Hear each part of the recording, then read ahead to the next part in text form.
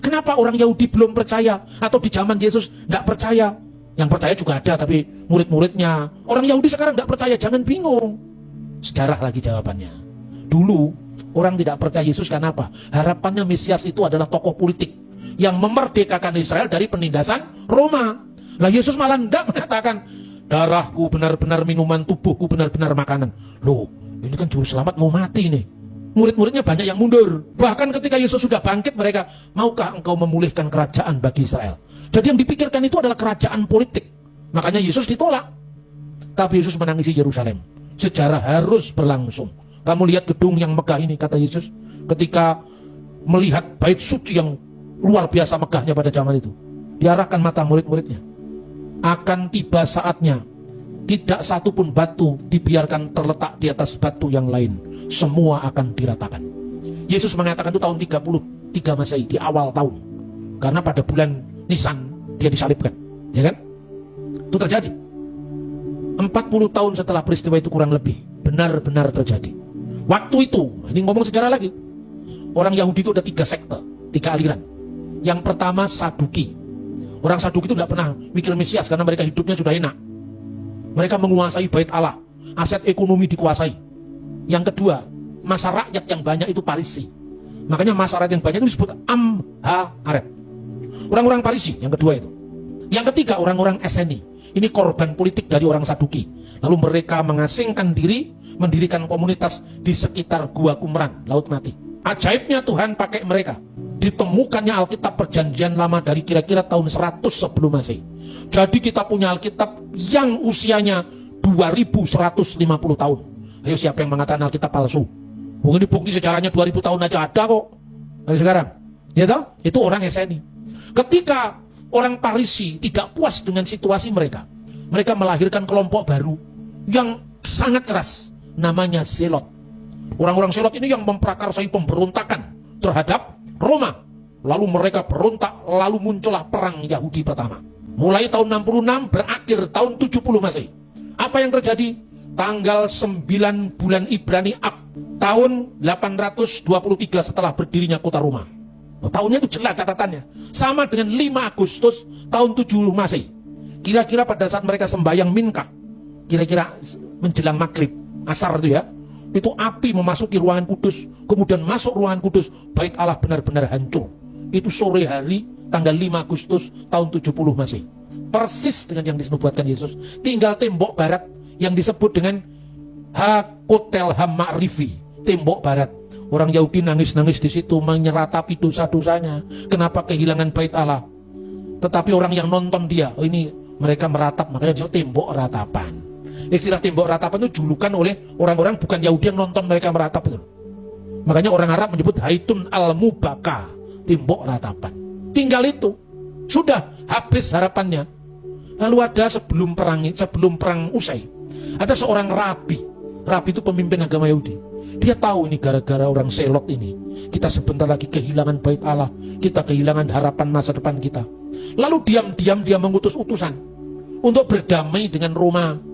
Lalu diterima sama Roma. Apa mau kamu? Saya nyerah. Karena saya tahu ini akhir sejarah bangsa kami. Kami tidak punya lagi bait Allah. Karena itu, izinkan kami untuk pindah dari Yerusalem.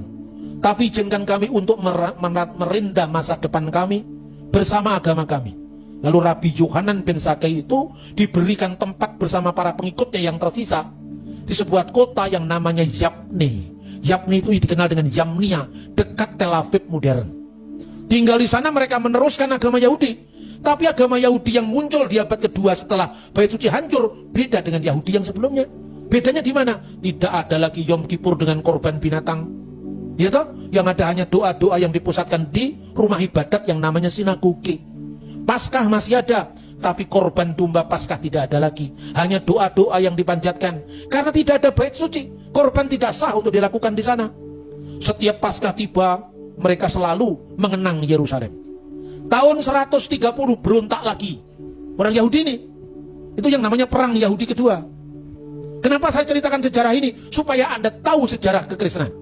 Dan yang kekristenan yang kita hadapi ini kalau aliran Pentakosta dari tahun 2000-an, tahun 1900-an ketika terjadi penyuluran Roh Kudus di Azusa atau apa, Azusa Street. Tapi 19 abad yang lama tidak tahu sejarahnya. Akibatnya Yesus baru dilantik jadi Tuhan tahun 325. Da Vinci Code bingung.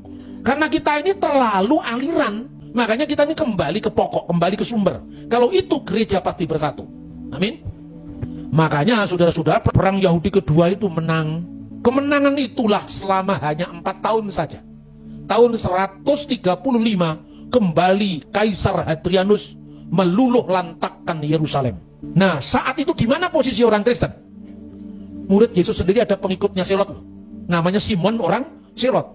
Artinya pada masa Yesus sendiri menghadapi murid-muridnya yang ingin juga angkat senjata untuk melawan. Petrus sendiri ngiris itu, telinganya hamba imam besar. Artinya murid-muridnya itu, kalau orang Ambon bilang kepala angin juga itu. Artinya apa? Karena itu kebutuhan mereka untuk mereka merdeka. Yesus katakan, kemerdekaan yang sejati itu adalah kemerdekaan roh, bukan sekedar kemerdekaan fisik. Kalau kemerdekaan fisik Indonesia juga bisa 17 Agustusan itu. Iya toh? Setiap negara punya yang namanya kemerdekaan fisik. Tapi kemerdekaan rohani itu selama-lamanya dan itu kekal. Ya? Maka kemudian yang kedua ini orang Kristen mundur, tidak mau lagi ikut-ikutan dalam harapan bangsanya. Kenapa?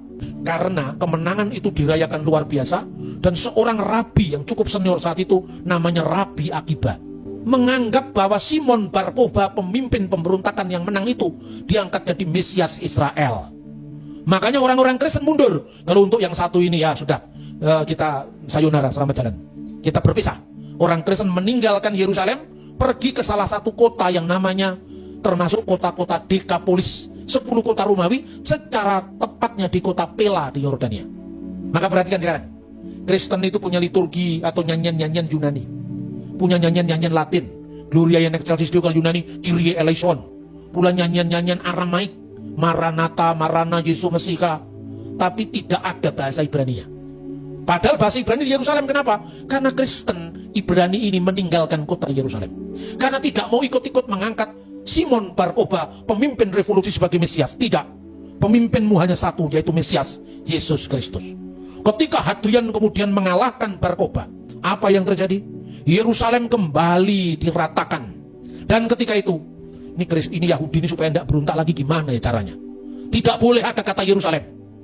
Kata Yerusalem harus dihapuskan dalam sejarah. Karena setiap kali ada kata Yerusalem, mereka ingin kembali menyalakan pemberontakan. Kata Yerusalem diganti namanya dengan Alia Capitolina. Dan menurut catatan sejarah, oleh sejarawan yang namanya Dio Cassius, di atas kota Yerusalem itu didirikan kuil untuk memuja dewa Jupiter. Di atas kuil, di atas bait Allah itu didirikan kuil dewa Jupiter. Yang pertama, sehingga saat itu nama Yerusalem nggak dikenal lagi.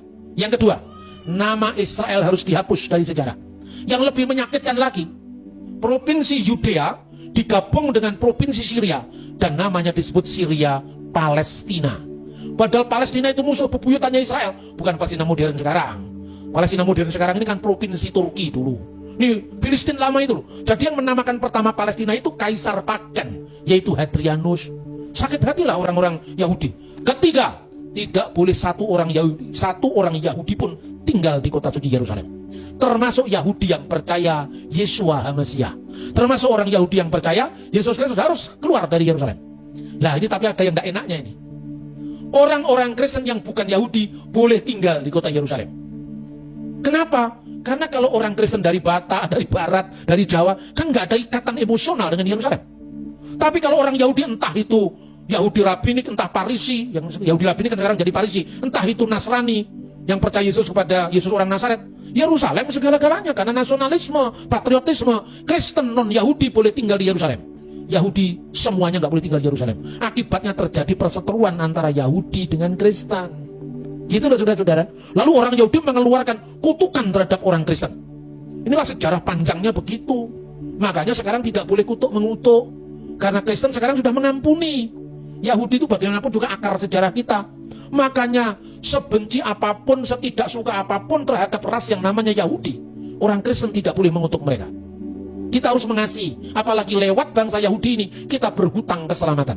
Amin. Memberkati bukan mengutuk.